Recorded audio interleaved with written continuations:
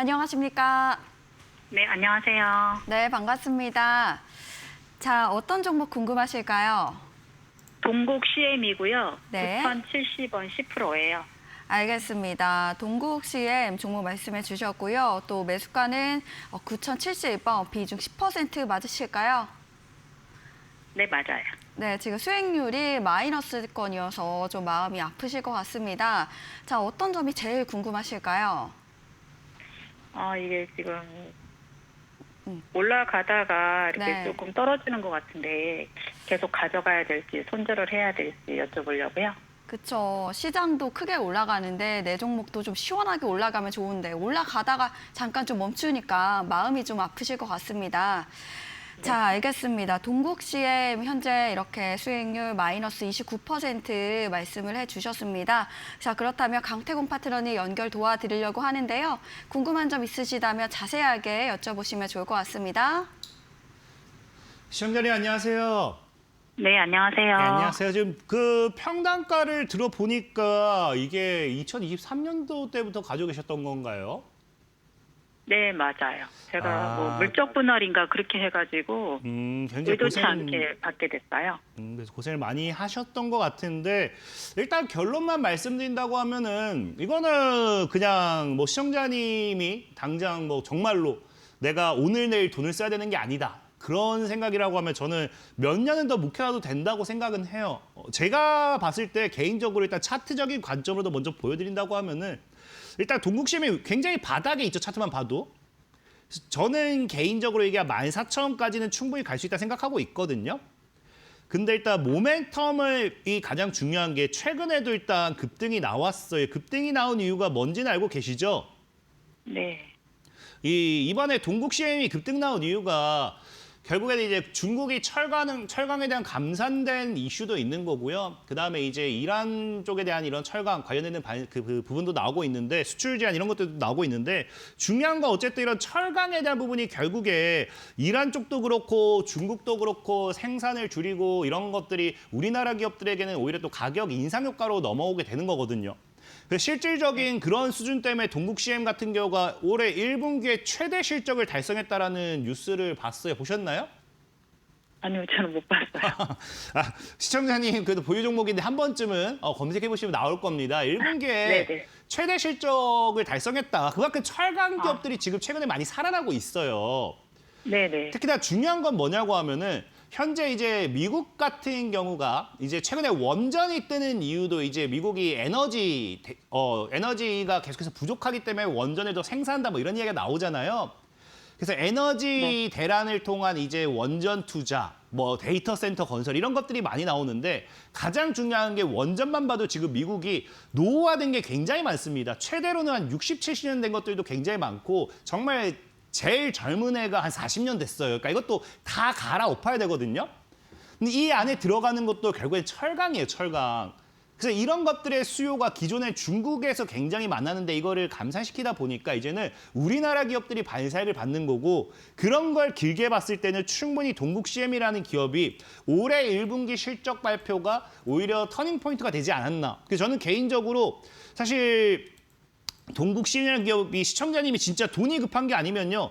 아까 그 문자 상담 보셨는지 모르겠지만 10년 뭐 어떻게 버티니까 한 제가 3배 정도 수익이었거든요. 그 동국 CM을 그렇다고 제가 막 시청자한테 10년 버티세요 이게 아니라 제가 봤을 때는 지금 슬슬 바닥을 잡은 상태입니다. 그래서 저는 길어도 1년 내로는 최소 12,000원은 건드리러 갈 거라 생각하고 있어요. 그리고 만약에 욕심낸다고 하면은 14,000, 16,000 구간. 그리고 시간을 막 2, 3년 더 길게 봤을 때는 신고가도 한번 갈 수 있는 종목이지 않을까 좀 생각해 보면서 홀딩 하셔도 좋을 것 같다라고 좀 말씀을 드릴게요. 이해하셨나요? 네네. 근데 이게 지금 매수가 근처 오면 매도를 할까 생각 중이었었거든요. 근데 사실 매수가 근처면은 못 버티면 매도를 해도 되는 게 뭐냐고 하면은 지금 딱 보이시죠?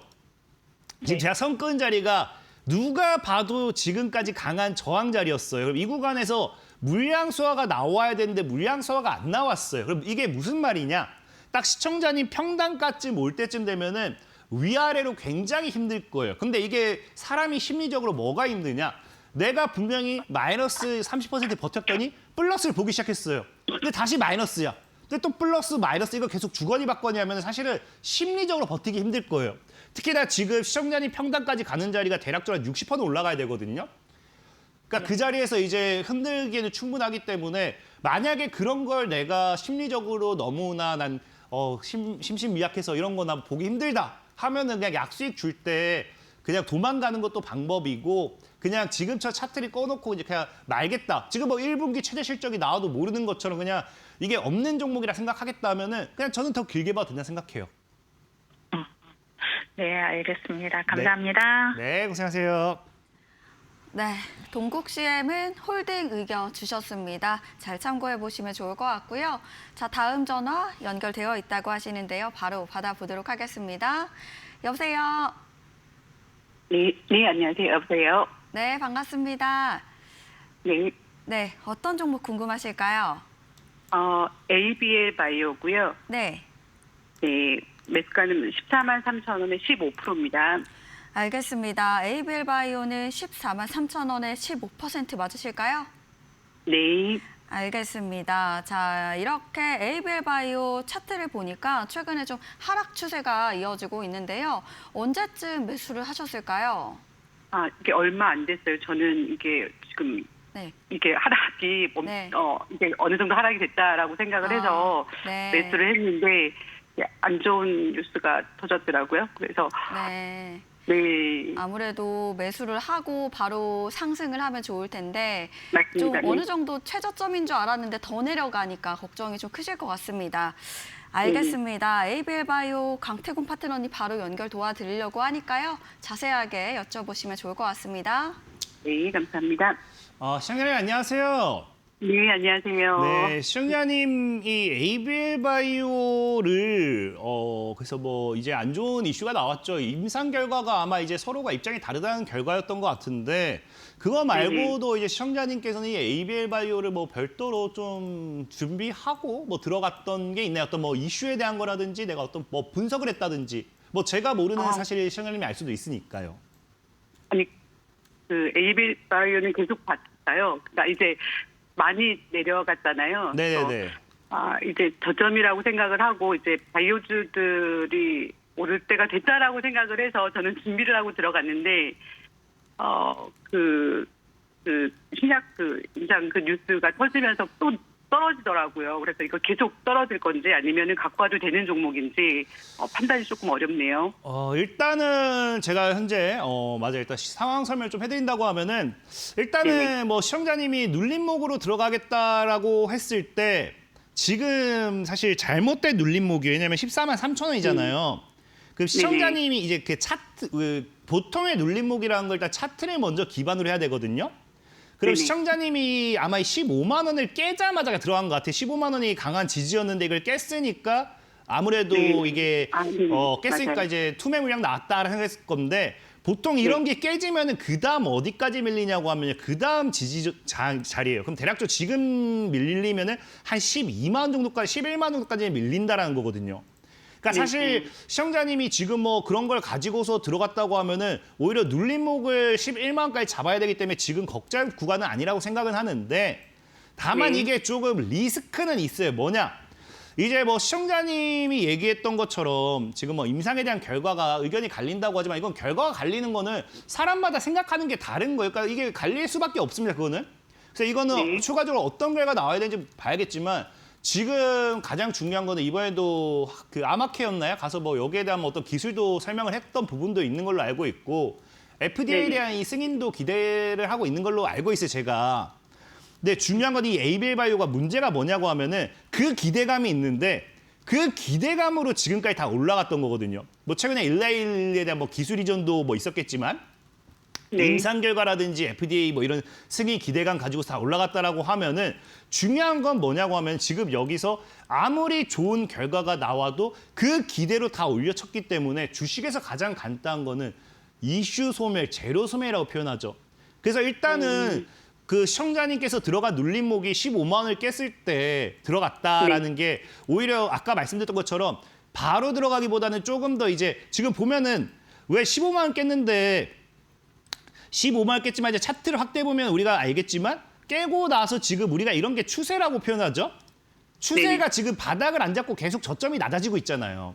네네. 보통 이런 건 들어갈 때 이제 저점을 바닥을 잡는 구간대 들어가는 겁니다. 그래서 이 부분이 사실은 좀 실패의 요인이지 않았나 생각해보고 있고, 다만 네. 11만 원까지는 그래도 보통 이런 자리에서는 분할 매수 범위로도 보고 있기 때문에 좀 더 빠지면은, 지금 비중이 5%니까 여유가 된다고 하면 좀 더 사도 되는 건 맞지만, 개인적으로는 그 평단 대비 반등이 나왔을 때 이 반등이랑 가까이 얘기했던 것처럼 암하켓 이후에 이런 그 발표했던 내용도 있는 거고, FDA에 대한 이런 승인, 이런 기대감도 있는 거고, 이런 것들로 인해서 다시 한번 반등을 줄 확률이 높아요.